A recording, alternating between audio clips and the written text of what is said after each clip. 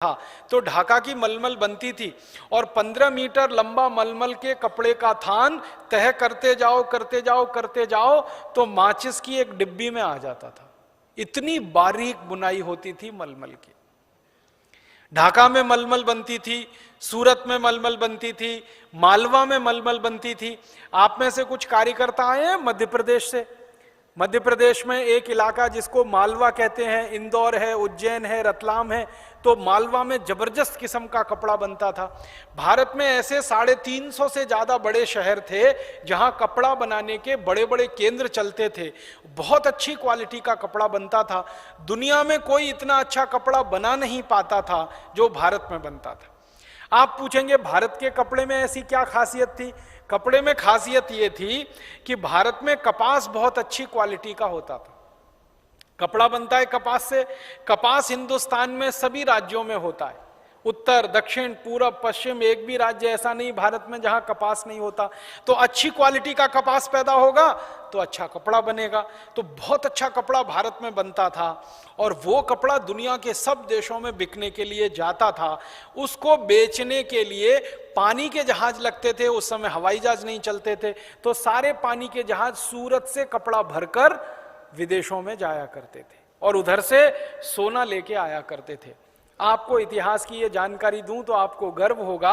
भारत का कपड़ा जब पेरिस में बिकता था, लंदन में बिकता था, न्यूयॉर्क में बिकता था, वॉशिंगटन में बिकता था, अमेरिका के, कनाडा के आसपास के, यूरोप के देशों में बिकता था, तो तराजू में रखा जाता था भारत का कपड़ा। तो जितने वजन का भारत का कपड़ा होता था उतने ही वजन का सोना हमें मिलता था। अगर मान लीजिए हमने एक कपड़े का थान बेचा और वो 1 किलो का है तो 1 किलो सोना हमें मिलता था। हमारे कपड़े की इतनी जबरदस्त क्वालिटी थी। सारी दुनिया के लोग हमारा कपड़ा पहनते थे।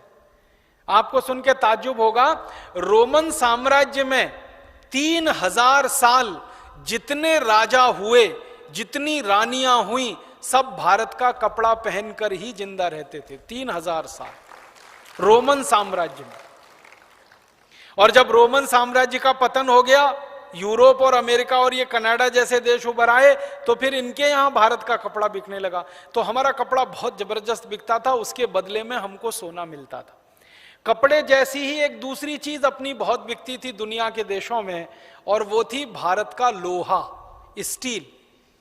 हमारे भारत में कच्चे लोहे की बड़ी खदानें हैं। आप जानते हैं कच्चा लोहा इस देश में बहुत होता है।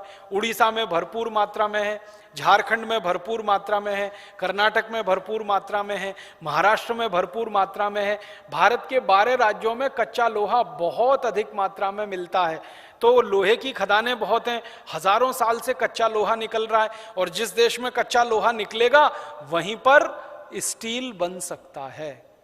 स्टील बनाने के लिए कच्चा लोहा चाहिए, तो भारत में कच्चा लोहा होता था, हम उसका स्टील बनाते थे।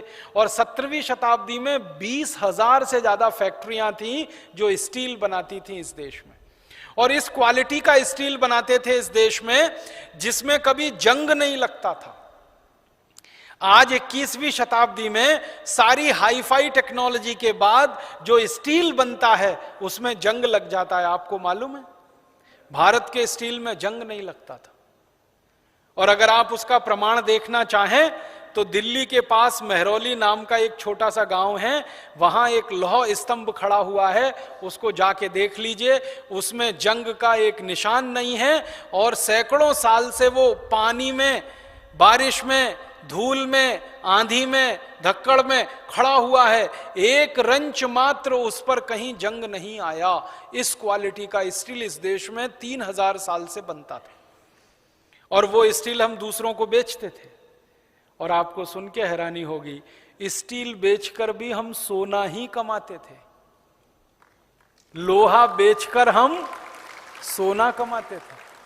लोहा बेचा और सोना लाया हमने, कपड़ा बेचा और सोना लाया। इसी तरह से भारत की एक चीज बिकने के लिए जाती थी दुनिया के बाजार में, वो थी ईंट। ईंट समझते हैं, घर बनाने वाली। सबसे बेहतरीन क्वालिटी की ईंट भारत में ही बनती है, पतली सी एकदम, जिसकी उम्र 1000 साल तक है।